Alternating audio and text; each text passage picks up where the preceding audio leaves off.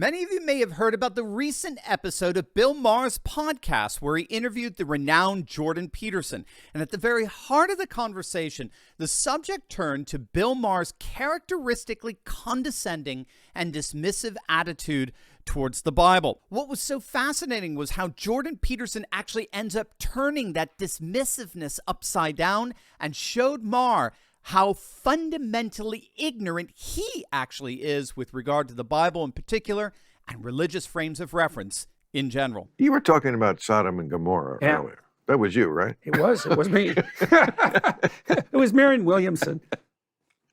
Okay, so I was there when we were making Religulous. That was like one of the places, and this is the one with Lot's wife. Yep.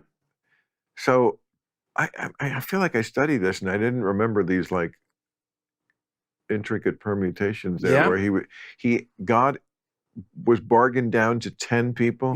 Yeah. That's actually why they go to Sodom, is to look for the 10 people.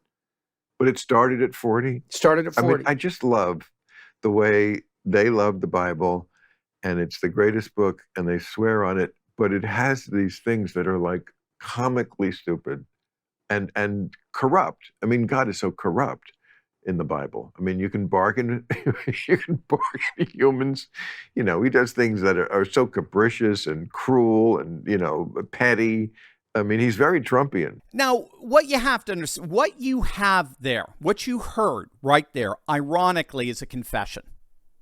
Bill Maher completely unknowingly just made a confession, as Jordan Peterson will quickly demonstrate.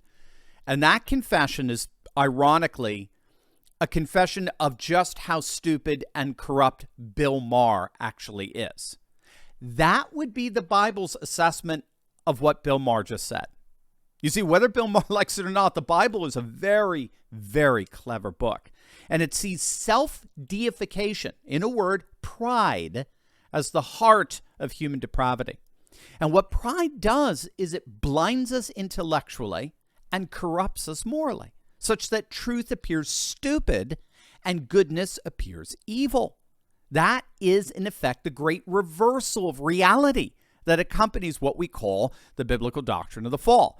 And the amazing thing of what unfolds here is that Jordan Peterson is about to show Bill Maher just that. There's a very interesting idea that lurks behind the notion that you can establish a covenant with God. And you can tell me what you make of this. It's like it's a reflection of the fact that human beings bargain with fate all the time. We bargain with the future all the time. So and here's how we do it. So, and this is what you teach your kids. You teach your kids that if you forego immediate gratification, so you give it up, sacrifice it, because that's a sacrifice, that the future will be better as a consequence. Well, that's okay. It's a contractual relate. Well, that's what's trying. Right. That's the thing that's so interesting, is that it actually will. If you don't have that piece of cake tonight, you'll be healthier tomorrow. Right. And if you don't go off and play with your friends immediately after school, but play the piano for 20 minutes, then in 10 years when you're actually a musician, all sorts of but this is something that's very uniquely human, because human beings have learned that if we give up, there are certain forms of immediate gratification. If we give them up, which means we offer them up, it's a sacrificial offering, then we can make a covenant, a bargain with the future. Right. That's what's being reflected in those stories, where the notion is that you can bargain with God. Now, that was a brilliant answer from Jordan Peterson, precisely because he exposed how fundamentally flawed Bill Maher's view of religion actually is. Religion in the classical sense, in the historic sense, in the sense that Jordan Peterson understands it, religion is simply the revelation of reality. Religion is simply the revelation of reality. Our minds, our cognitive structure, by its nature, sees the world in religious terms. Everyone has a sacred. Everyone has a vision of the cosmos in relation to that sacred. Everyone has a view of society in relation to that sacred cosmos. Everyone has an ethical view. And the classical religions were simply the grandest revelations of that reality. From eternity all the way down to the minute-by-minute life, from mountains to molehills, as it were. And all the great books and stories and music and architecture reflect this religious vision, this religious revelation of reality. And that's what Bill Maher was just confronted with. But it turns out Jordan Peterson was just getting started. Hey gang, many of you have been kind enough to notice that I've lost a couple of pounds of late. It's true, I've lost over 60 pounds. I tried everything under the sun to lose weight and nothing worked until I discovered the fantastic nutrition coaching of PhD Weight Loss. PhD Weight Loss is a 100% over-the-phone nutrition and behavior coaching program that I simply could not possibly recommend enough. I was able to eat delicious meals all while reaching my weight loss goals in record time. And gang, I got to admit, it was one of the easiest things I ever did.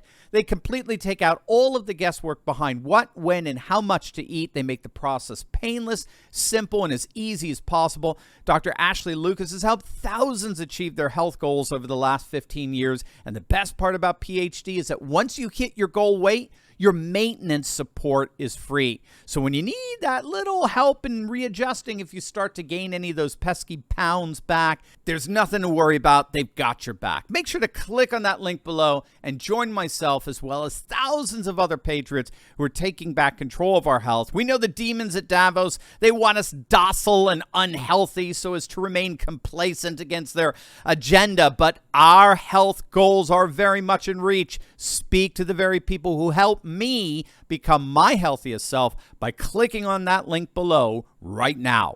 Well, I mean, the Bible is so well known, even by people who haven't read it. And by the way, a lot of the people who put their hand on it and love it so much have never read it. Certainly not all the way through. It's a big, long book. Yes, it is. And it's full of mostly nonsense. Once in a while, it stumbles upon wisdom. I mean, it's. But come on, you got to give these people their due. It was written as, first of all, it's an anthology. I'm going to tell you a story. Okay.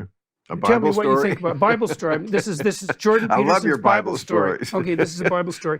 So I've been looking at the story of Jonah. Yeah. Well, this is a story that you'll appreciate. So here's what happens to Jonah.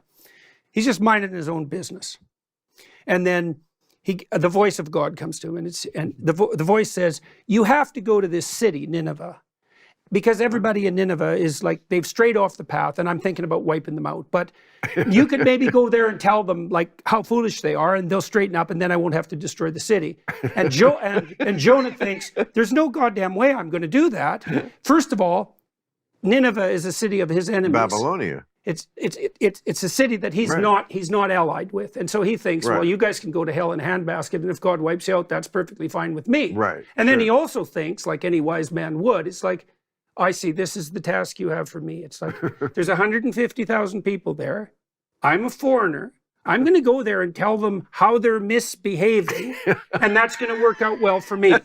So he thinks, to hell with that, like any sensible person would. And he doesn't say what he has to say, right? So then he hops on a boat and he gets the hell out of there. Well, it turns out that God's not very happy if you're informed that you have something to say and then you don't say it. So the storms come and the waves rise, and now the ship's in danger. Okay, so what does that mean? Got in the whale. Yes, that's right. It means that if you don't say what you have to say when you're called upon to say it, you'll put the whole damn ship at risk. Now, the soldiers figure this out, or the sailors, they figure out, there must be someone on the boat that isn't right with God, and that's why we're in danger of being swamped. So they will go and ask everybody, and Jonah, to his credit, says, yeah, it's me. I had... The voice of conscience made itself manifest to me. I had a task to do. I refused it. I'm screwing things up. And the sailors actually try to save him, but it doesn't work, so they throw him overboard. Now you think, okay, Jonah's got what he deserves because he shut the hell up when he had something to say, and now he's going to die. And you think, that's pretty damn rough. And partly what that means is, if you hold your tongue when you have something to say, then you're going to put the ship at risk, and you'll be lucky if you don't die. All right, but that's not enough. That's not nearly enough, because that isn't all that happens if you don't say what you're called upon to say. So the next thing that happens is Jonah's drowning away. That's about as bad as it gets. And then this creature from hell itself comes up from the bottom of the abyss and takes him down. And so now he's in hell for 3 days. And so that's the next part of the story, which is that if you're called upon to say what you have to say and you refuse it, you'll end up in a place where you wish you were dead. Wait, not the whale? Yeah, it's the whale. Oh, okay. But it's the same thing. Like that, In the story, the whale is described as hell. It's exactly the same idea. In Religulous, the guy who was arguing with me, and he said, this point was very important to him. He said, the Bible does not say whale. It says big fish. Okay, well, now it makes perfect sense. Yeah, well, it's the thing. Well, what it is, it's a representation of the thing that dwells in the dark. It's so interesting that you see the lessons in these, and I just always read these things as like super stupid from the Bronze Age, you know, and obviously they were telling people something. I mean, whoever wrote this had a message in mind. There's the confession. That's the confession. Bill Maher just had an entire book of the Bible exposited right in front of him. And not just any book, but what many like Bill Maher thinks is the most absurd book. A guy getting swallowed by a great fish for 3 days. Bill Maher just had that book, that supposedly absurd book, exposited, and what happened? Suddenly, all the supposed stupidity, all the ignorant absurdities that just a moment ago inundated the Bible, all of a sudden, it just disappeared. Suddenly, Bill Maher recognized that he was confronted with reality. The Bible confronted Bill Maher with reality. And a reality that's very relevant today. We are more and more being told that we are not allowed to speak the truth. We're not allowed to publicly affirm fundamental tenets of reality. And no one is feeling that more than comedians like Bill Maher. And here's what Peterson, here's what he said that really brought it all home. What happens to Jonah is that he's in the whale for 3 days. And then he thinks, now I'm in hell. Okay, I'm gonna repent of my inadequacy. I'm willing to say what I have to say. So the whale spits him up on the beach. Then he goes to Nineveh and he tells everybody what the hell they're doing wrong, and God decides to spare the city. And so for me, this story encapsulates... It's a win-win. It's a little hard on Jonah. You know, there's the whole hell thing. He does. He lived. That's right. It's a rebirth story, too. Did he relocate to Nineveh? No, it's just a pilgrimage to Nineveh. Oh, okay. So he did. Okay. But he goes there, and then the city is in fact saved. But it's perfect, Bill, because what it shows, and I know you know this because you wouldn't speak the way you speak, and this is true of comedians in general. You know that you have a moral obligation, like a deep and profound moral obligation. I do. To say what you have to say. And, you're right. Well, then you might say, well, what would happen if people didn't say that? Well, that's the story of Sodom and Gomorrah. If there isn't anyone who's left who is good and will tell the truth, then the whole city disappears. And the same thing happens in the story of Jonah. So it turns to hell. So there we've come full circle. We've closed the loop. The way you tie in Jonah with the Genesis story of Sodom and Gomorrah is that if there's no longer anyone there to tell the truth, the whole society collapses into the abyss. It turns into hell. The sea depths were an ancient image of Hades. So you see, religion reveals reality.